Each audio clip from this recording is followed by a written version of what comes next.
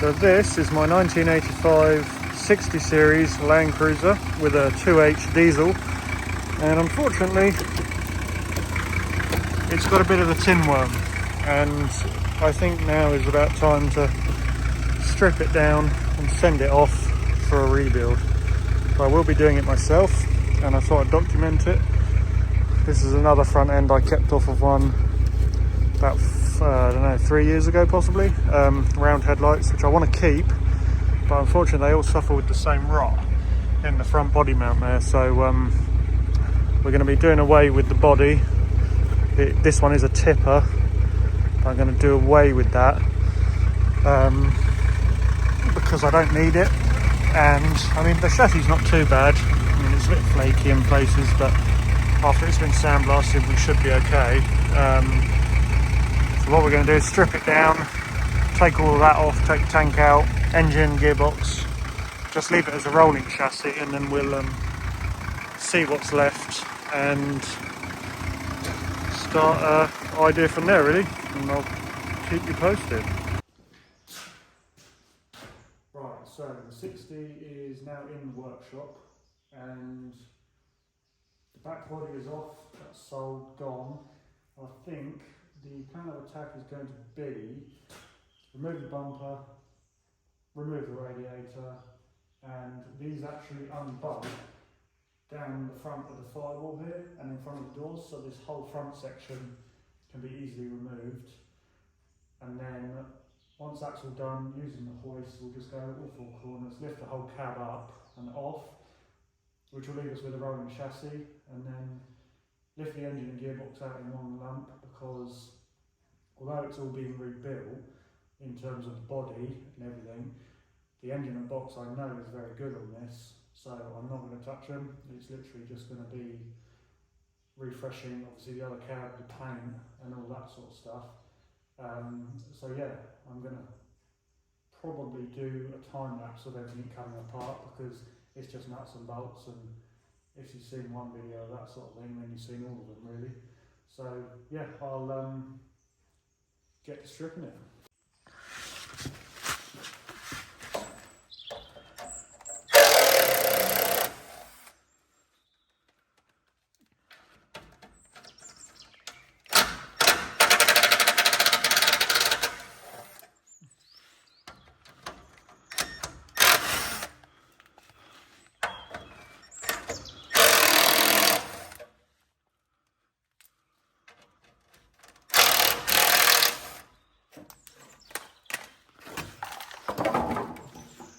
No, I'm not sure on these because I've never had to take one out, but I don't think... Oh, it does have a drain. That's all right. Some of them don't, but it looks like this one does, so that makes life quite a bit easier, thankfully.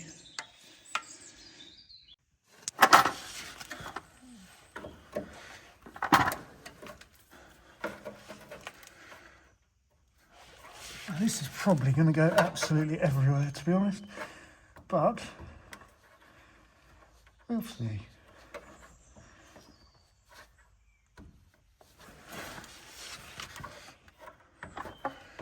Because the newer style radiators have a hole here, so as you do it out, it can only flow down. As you can see, this one is going absolutely everywhere, and coolant is oh Christ. I know, we can angle it. That's all right. No, it's going to give up. And we'll go again. Yeah, it's going to go everywhere. I'm probably going to turn the camera off and take that out just in case. I was right the first time. It does have a slot in that drain bung, so you can angle it to aim it at the bucket, which is quite handy. I wish more cars had that.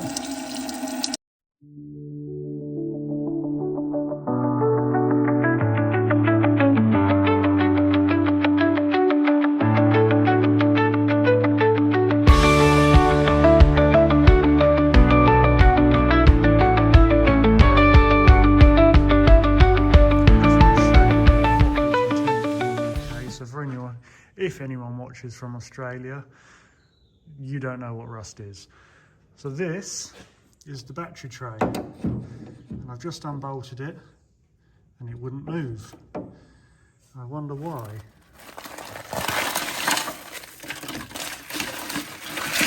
Absolutely destroyed. Oh, there goes my light. Luckily, there's about half a tray left. To a genuine collector, that must be worth about £1,000, I reckon. You can get brand new, genuine battery trays for not a lot of money, so both of them can disappear.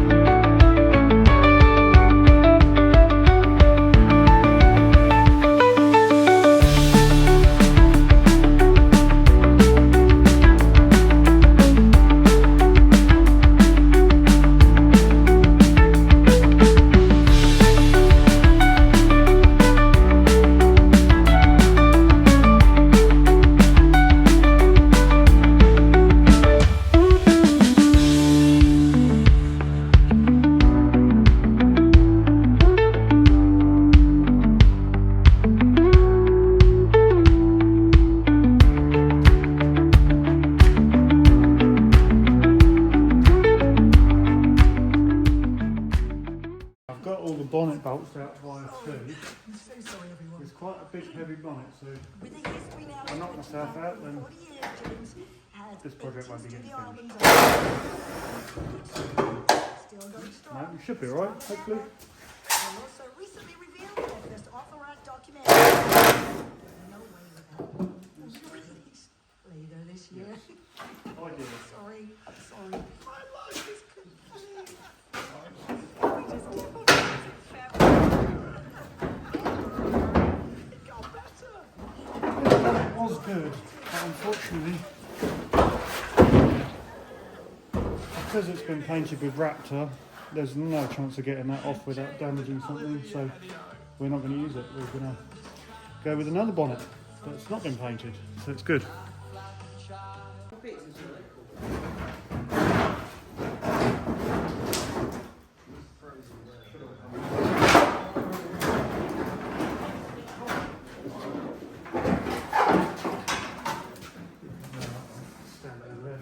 I'll put it on a pallet if we go over it now.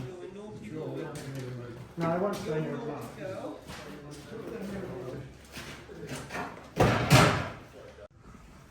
So I'm in the middle trying to get the handbrake cable out, and they have got this stupid design, if you can see it, where it splays open like that, and I'm not too sure of the best way of doing it because it's right down in there. So I'm going to try something with a cable tie. I'll put the camera there and just see if I can do it whilst it's on film.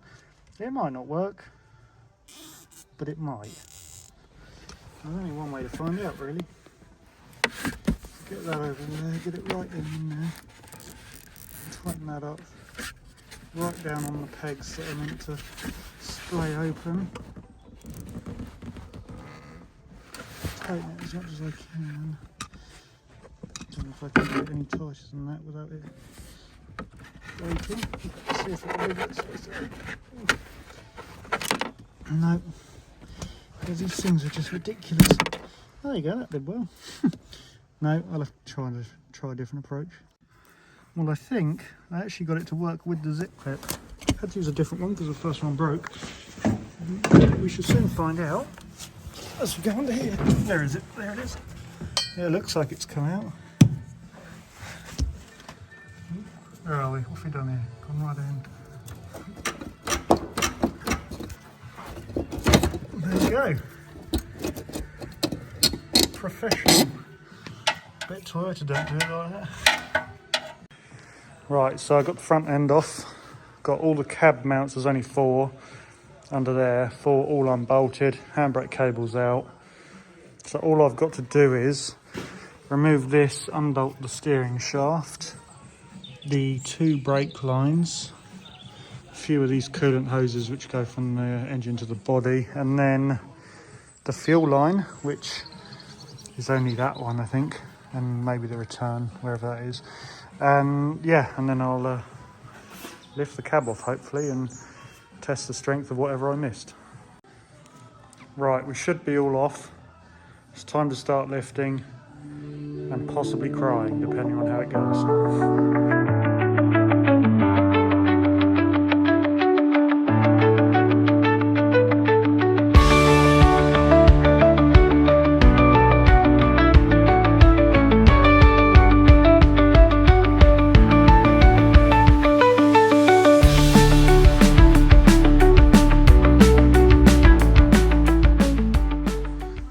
Right, so body is off, completely up in the air. Now I did, obviously, as you probably saw, didn't see them. Luckily, the whole gearbox loom just plugs in down there, so that was easy. And the only other problem I had was, for some reason, the gear stick got stuck and it snapped out, but doesn't matter, I can get another one of them, that's not a problem. So yeah, that is off, it can be wheeled out. Props off, engine and box out, tank out, swap these wheels over for some that won't get damaged and when they get sandblasted, because these are going on a different vehicle, and yeah, won't be too bad.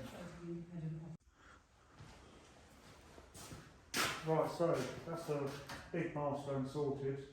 Now the cab's off, and yeah, basically probably going to end this video here only because unbolting all of this, all I've got to do is chuck it in the shed, put it on a pallet so that it's under cover, and yeah, I'll basically, the start of the next video will be loading this chassis onto the trailer to take it to the sandblasters, and yeah, from there we can work out what needs repairing on the chassis, which hopefully won't be too much, but you never know, because it is, what is it now, 40 years old, just over, so, and it's England, so it's all knackered anyway.